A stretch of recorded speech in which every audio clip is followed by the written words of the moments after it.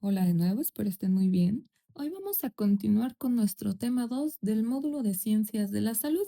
El tema de hoy es tríada ecológica, que básicamente va a ser el modelo fundamental en la epidemiología que explica la aparición de las enfermedades.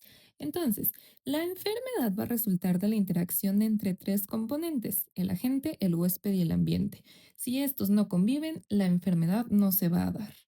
Entonces, habíamos quedado que la definición de la Organización Mundial de la Salud para salud es que no solo depende de un solo factor, el ser humano tiene que estar en un equilibrio entre el ambiente, lo psicológico y lo físico.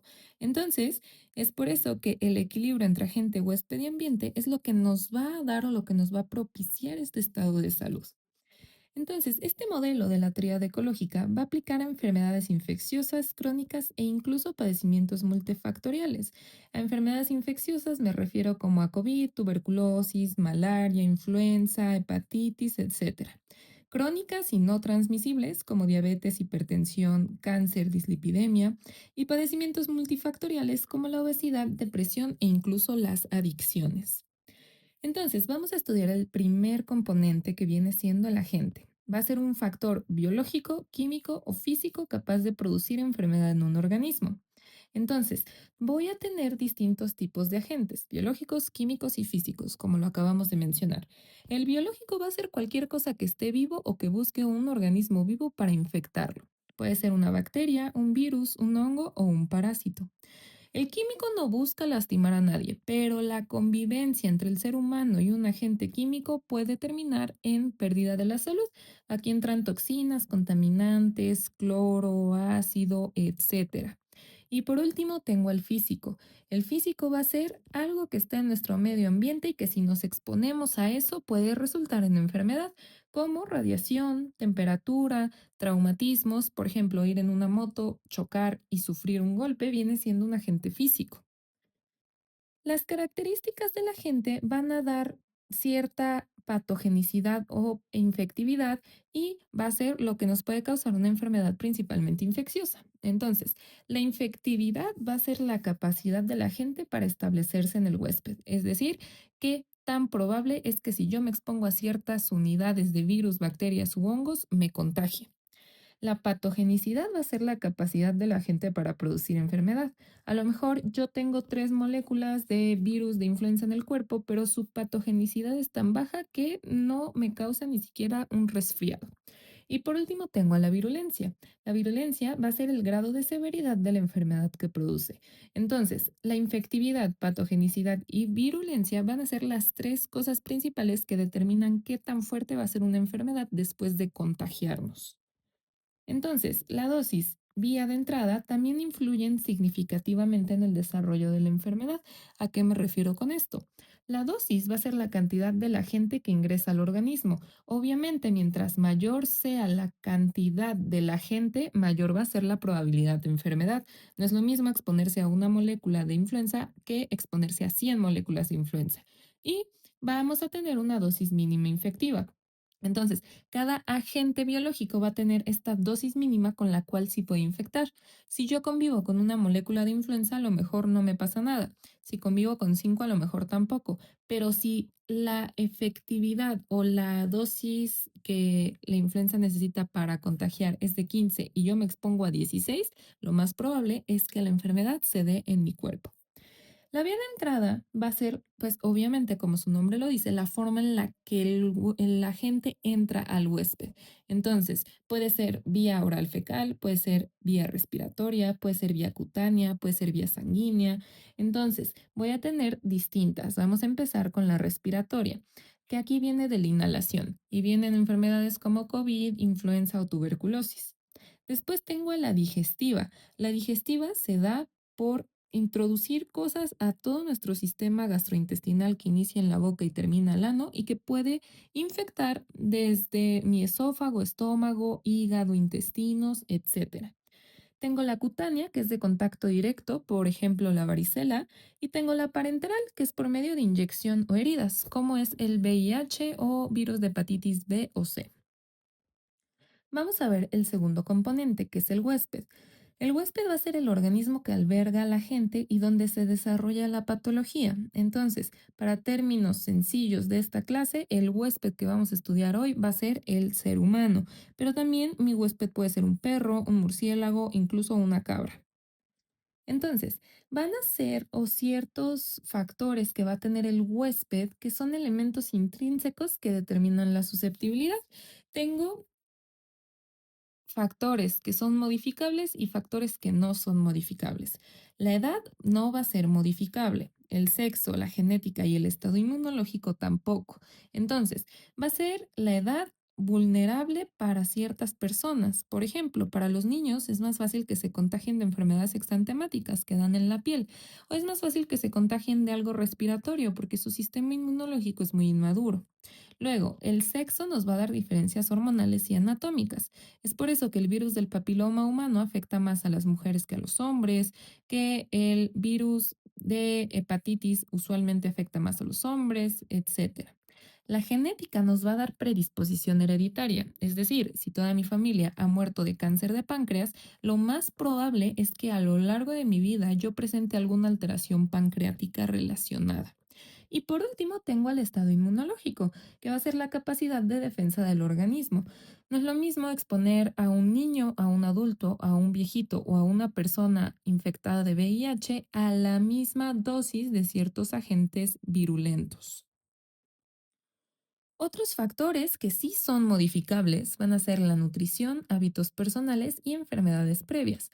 La nutrición nos habla de que el estado nutricional va a influir en la resistencia a enfermedades. No es lo mismo exponer a una persona en estado de desnutrición a exponer a una persona que tiene una buena dosis de vitaminas, proteínas y carbohidratos en su cuerpo. Los hábitos personales, principalmente tabaquismo, toxicomanías, alcoholismo, van a aumentar la probabilidad de desarrollar ciertas enfermedades. Y también tengo a las enfermedades previas. Estas van a ser condiciones preexistentes que modifican la respuesta inmunológica. Por ejemplo, la diabetes. Es más probable que una persona que tiene diabetes se complique si se infecta de COVID en comparación a una persona sana. Entonces, vamos a ver a un paciente que tiene VIH pero está en tratamiento. Sin embargo, su sistema inmune va a estar debilitado, por lo cual va a ser susceptible a infecciones oportunistas, por ejemplo, cándida, por ejemplo, algún coronavirus, etcétera. Es por eso que estas personas requieren ciertos cuidados especiales y de prevención.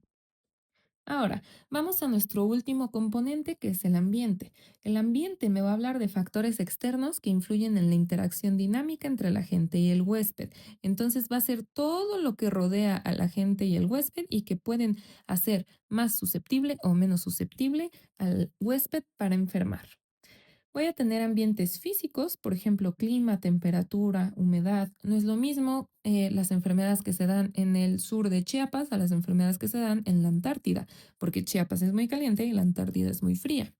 Biológico, vectores, flora y fauna. ¿Qué va a ser un vector? Cualquier cosa que transporta la enfermedad. Por ejemplo, el mosquito que transporta la malaria, el dengue o incluso chikungunya. Y por último, social. Economía, cultura y salud también determinan la transmisión de ciertas enfermedades infecciosas y la aparición de ciertas enfermedades no infecciosas, como la diabetes o la obesidad. El entorno puede favorecer o eliminar la transmisión de enfermedades. Entonces, ¿qué favorece la transmisión? Hacinamiento, contaminación, falta de saneamiento, también entidades que tengan un estado socioeconómico bajo, que no tengan acceso a ciertos esquemas de salud que a lo mejor en ciertas poblaciones con más entradas económicas pueden acceder. Ahora, ¿qué va a limitar la transmisión? Espacios amplios, aire limpio, saneamiento, un buen estado socioeconómico, que haya instituciones de salud y educativas, etcétera.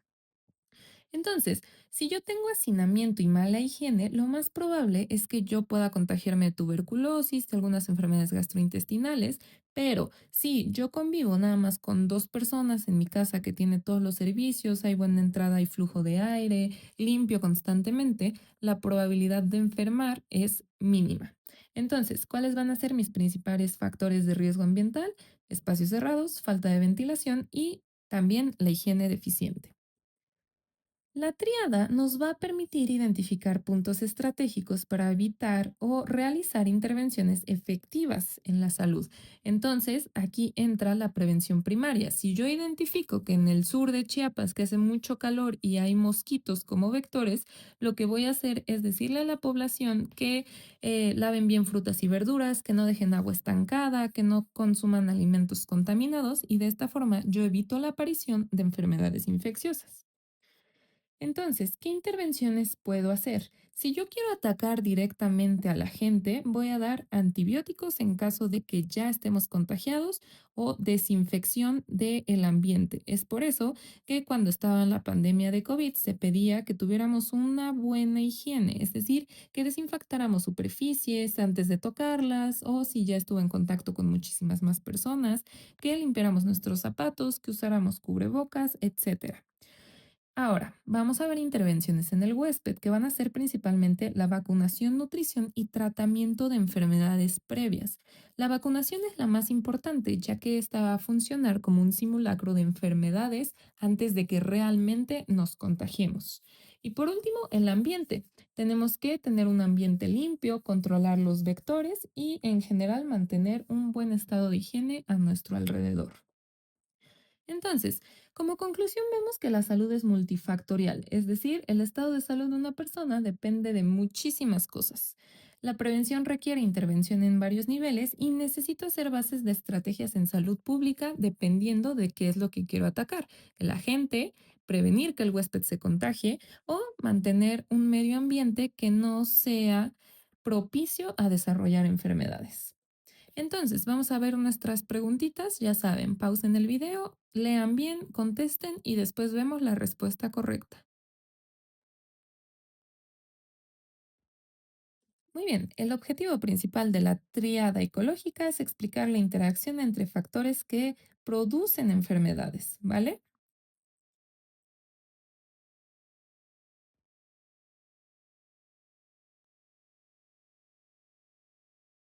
Muy bien. ¿Cuál no es un tipo de agente? El social. Recuerden que biológico tenemos virus, bacterias, hongos, químico tenemos factores corrosivos como el cloro, ciertos ácidos y físicos es lo que nos rodea.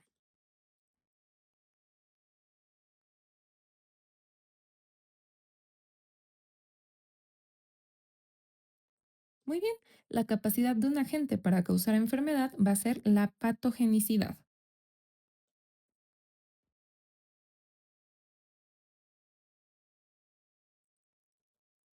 El huésped va a tener ciertos estados que le van a ser más propicio o no a enfermar. El estado inmunológico va a ser muy importante para el desarrollo o aparición de enfermedades infecciosas.